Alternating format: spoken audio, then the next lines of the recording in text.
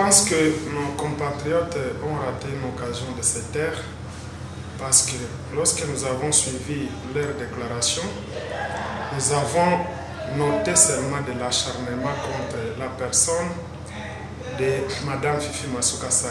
Parce que lorsqu'on parle du cumul des fonctions, bon, ils ont dit que le Lualaba n'est pas un État dans un État. Est-ce que ce cumul des fonctions, c'est seulement au Lualaba? Est-ce qu'ils peuvent nous citer un seul gouverneur de province élu député et a démissionné à ses fonctions de gouverneur pour exercer ses fonctions de député? Quel gouverneur dans 26 provinces que compte la République? D'ailleurs, je me pose la question si ils auraient même suivi la décision du président de la République après celle de la Cour constitutionnelle qui allait dans le même sens, mais le président de la République avait demandé que le ministre qui était élu député reste en fonction pour assurer les affaires courantes.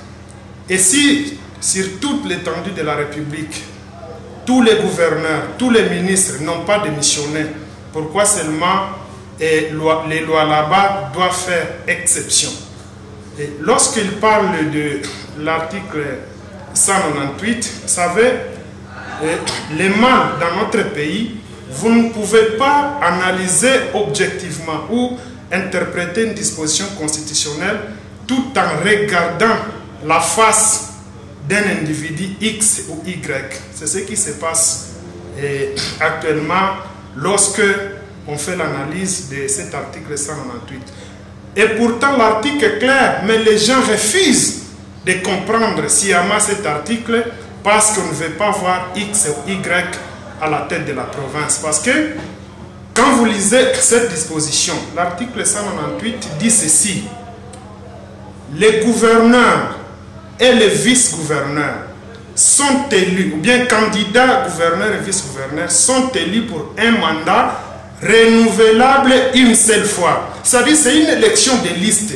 Lorsqu'il y a une liste où on présente deux candidats, les gouverneurs et les vice-gouverneurs, cette liste, vous ne pouvez pas la présenter pour la troisième fois. C'est-à-dire, si cette liste a été élue pour la première fois et a été renouvelée, alors cette liste ne peut pas encore représenter pour la troisième fois aux échéances du gouverneur de province. Maintenant, est-ce que la liste actuelle qui comprend Mme Fifi Masuka comme candidat gouverneur et M.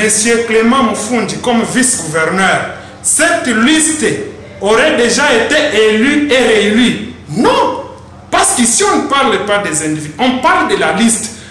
Cet article 198 frapperait cette liste au cas où la liste de l'ancien gouverneur Mouyej et Mme Fifi Masuka serait représentée pour la troisième fois. Là, ça concernerait maintenant l'article 198. Au cas où cette liste, la liste qui est présentée aujourd'hui à la CENI, n'est pas la même qui a été élue et réélue, alors là, cette liste ne concerne à rien l'article 198 parce qu'elle n'a pas été, les individus de cette liste qui composent cette liste n'ont pas été élus ni réélus. Voilà l'article 198. Et quand on parle de la gestion par défi, bon, moi j'ai du mal à comprendre parce que si on accuse Mme Fifi d'une gestion par défi, alors la population devrait la sanctionner aux élections. Même si les élections du gouverneur ici chez nous, ce n'est pas une élection par liste, mais il y a certains points qui convergent avec l'élection des listes comme dans les pays anglophones. C'est-à-dire, dans d'autres pays anglophones, le candidat qui est en tête des listes, c'est-à-dire celui qui a le plus grand nombre de représentants au niveau provincial, il est déjà automatiquement élu gouverneur. Et dans les cas échéants, comme Mme Fifi Masuka, ces regroupements ont eu une majorité au niveau de l'Assemblée, ont eu une majorité de représentants au niveau de l'Assemblée, c'est que la population l'a déjà élu gouverneur en passant par ses représentants. Parce que la population, nous sommes dans une élection indirect, c'est-à-dire la population élit les gouverneurs à travers ses représentants. Mais comment une personne qui gère la province par défi, cette même population peut lui donner la majorité à l'Assemblée? Moi, je ne suis pas, nous sommes la société civile, l'église au milieu du village, nous sommes là pour un combat loyal. Et on ne peut pas s'acharner à une personne qui poursuit son combat dans la légalité, dans la loyauté. Où était-il pendant les élections pour avoir une majorité, comme il semble montrer à la population, à l'opinion nationale et internationale, que c'est eux qui sont aimés par la population? Pourquoi pendant la campagne, la population ne leur avait pas donné une majorité pour bloquer loyalement la liste la liste du gouverneur et vice-gouverneur au niveau de l'Assemblée?